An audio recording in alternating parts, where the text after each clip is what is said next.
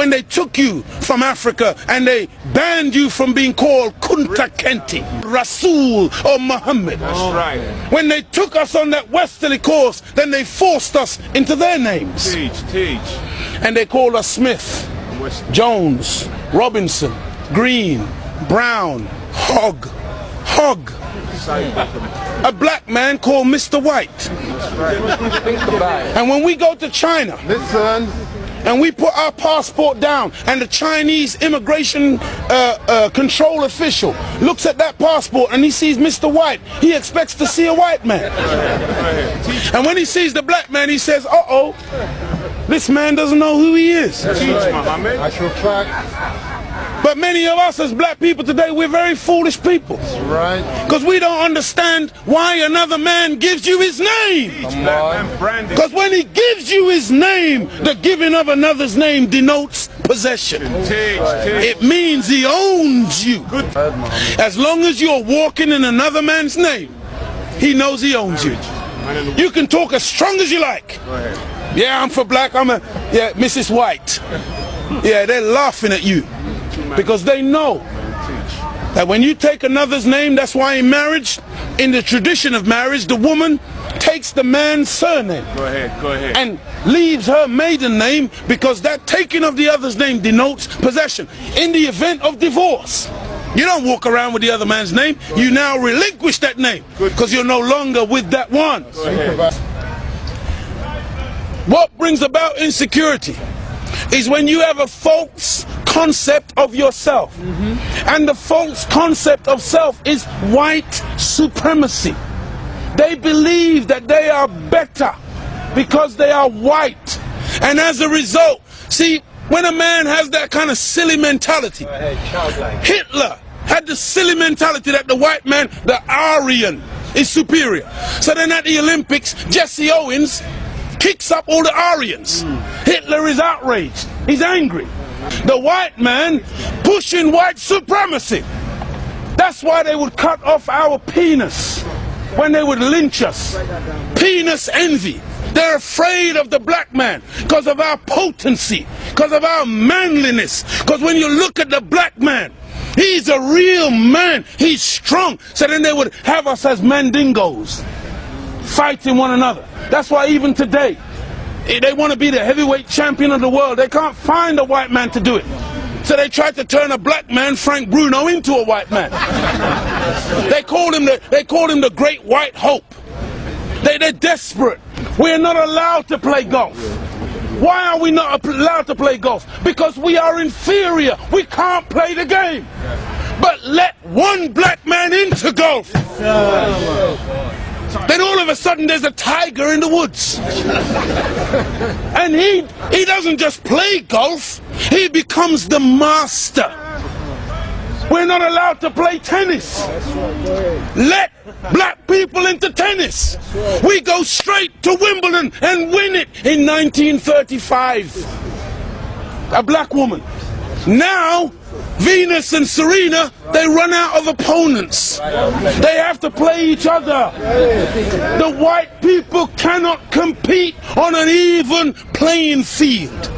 They let us into athletics. You can't run like us. You let us into any field of endeavor, we dominate it. So they feel, and they become very afraid of anything that goes contrary. And so every time a black man stands up for black people, Martin Luther King, shot down. Malcolm X, shot down. Patrice Lumumba, shot down. Steve Biko, shot down. Everyone, Nelson Mandela, they locked him up for 27 years. We can count back 400 years of the most brutal treatment. Look, they took my name, my language, my culture. They killed my mother, my father, denied me religion, disallowed me to read or write for over 300 years. Reduced me to the level of an animal where they branded me on my chest, branded me on my buttocks with a branding iron. And they called me 3/5 of a human being in the American Constitution. Is that the act of a human being or the act of a devil? It's for you, you answer it. we're just calling white people names. No! We're just going on the basis of what we have experienced.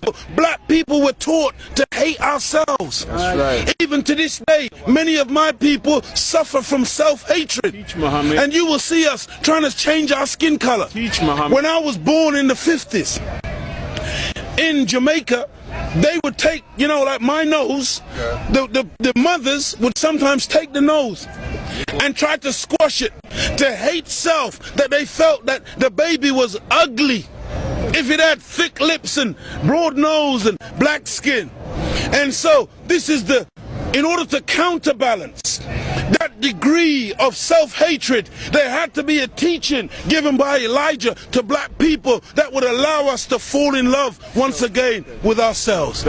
See, because look, I know you're a wise man, and so you must understand that I'm a baby in wisdom, but I'm not a fool. And he's saying here today that the Caucasian is in fact the oldest group on the planet. I beg to differ. Look, one of the most famous anthropologists is Professor Leakey.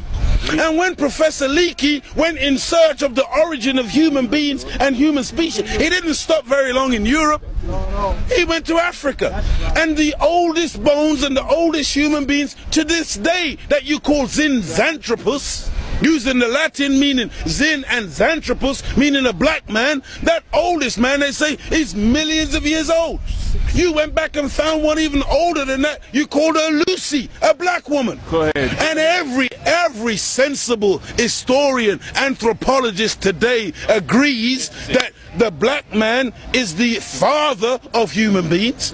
Even your geneticist, Mr. Mendel. Go ahead. You have Mendel's law. Go ahead. Mendel says that light eyes are recessive, light skin is recessive. You can take the recessive, the dark skin is dominant, the dark eyes are dominant. You can take the recessive from the dominant, but you can't get the dominant from the recessive. This is Mendel's law. And so all of your scientists have proved that you can't look. Black is not even a color. That's right. Black is the mother and father of all colors. And if you want a baby, even if the woman is a white woman, the baby has to come out of the triple darkness of her womb. And this is the origin of all life. Within the black, you have the whole color spectrum. But in white, two white people laying down together, they can only produce white. But two black people in darkest Africa can lay down together and produce albino with blonde hair and blue eyes. That's right. Teach, Muhammad. This happens all the time. And so we need to really get these facts correct today and understand that as gray as your hair is, you are listening to your father today. Teach, Muhammad. This is daddy talking. Teach. And we mustn't turn. No, this is true. I'm not mocking. The white man, he came into what he called a new world. Teach, Muhammad. And so all of a sudden you started to name things. Teach, Muhammad. So that's why you called it America. Based on, what was his name? Amerigo Vespucci, a Caucasian. Africa. That's why you called it Africa. Based on the European explorer called Africanus. You went into America, you called it New York. That's right. Because it was new to you. New England. You called it New England. That's right. You called it New Zealand. You called it Newfoundland. Because it was new to you. But to us, we were already there. That's why we're called Aboriginals. From Ab, meaning abstracted from the Father. Muhammad. From God himself. Original, meaning the first. But you won't find Caucasian people calling themselves Aboriginal anywhere on the planet. Because you're the new man, Paul Newman.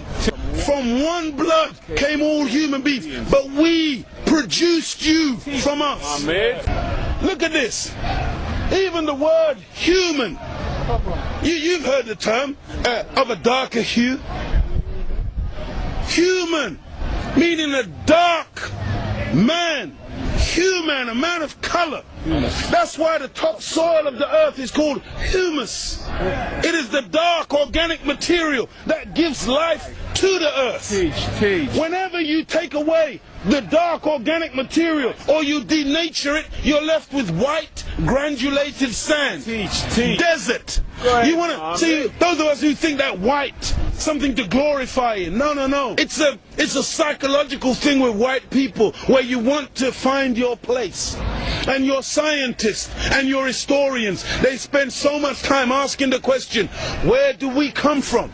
Because they are puzzled as to your origin. Look at the Chinese, look at the Asians, look at the black people. All of us got dark eyes.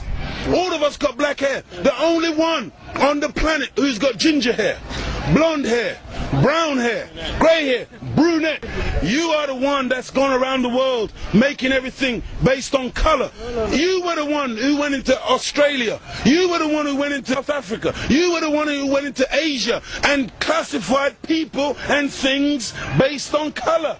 So that's why this man, Yaqub, he wasn't a madman. He wasn't a mad scientist. He was a good scientist. And the Caucasian person is a person who is anti-nature. That's why when the sun comes out, I'm energized. Me and the sun, we got a relationship. I love the sun. I don't need no sunscreen. I don't get cancer from the sun. Me and the sun have got a good relationship. I love it and it loves me. But white people, you got to put sunblock on. You got to hide from the sun because now you might get a little melanoma. Part of me on you, that means